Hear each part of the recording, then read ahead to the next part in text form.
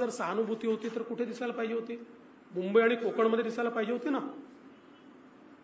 ठाण्यापासनं तर कोकणच्या शेवटच्या टोकापर्यंत उद्धव ठाकरेंची एकही जागा नाही. उबाठाला एकही जागा मिळालेली नाही. कोकणात उबाठा नाही, ठाणे जिल्ह्यात उबाठा नाही, पालघर जिल्ह्यात उबाठा नाही, रत्नागिरी, सिंधुदुर्ग, रायगड, ठाणे आणि पालघर यात उबाठाला एकही जागा मिळालेली नाही. आणि आपल्याला माहिती आहे मुंबईच्या जागा ज्या मिळाल्या त्या कोणाच्या भरोश्यावर मिळाल्या? मराठी माणसांनी मत दिलं नाही यांना.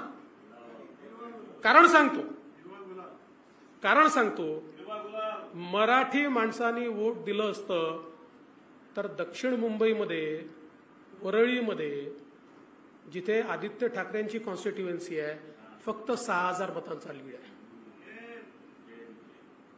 मराठी माणसांनी मतदान जर त्या ठिकाणी केलं असतं तर शिवडीमध्ये यांनी 30, 35, 40,000 मतांची लीड घ्यायला हवी होती.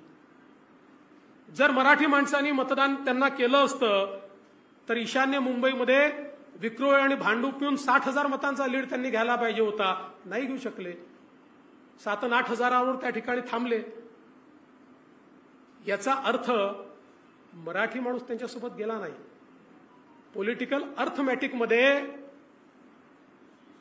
त्यांनी केवळ एका विशिष्ट समाजाच्या मतांवर, काही जागांवर एखाद्या विधानसभेमध्ये इतकी प्रचंड आघाडी घेतली की त्याच्या आधारावर त्यांना निवडून येता आलं.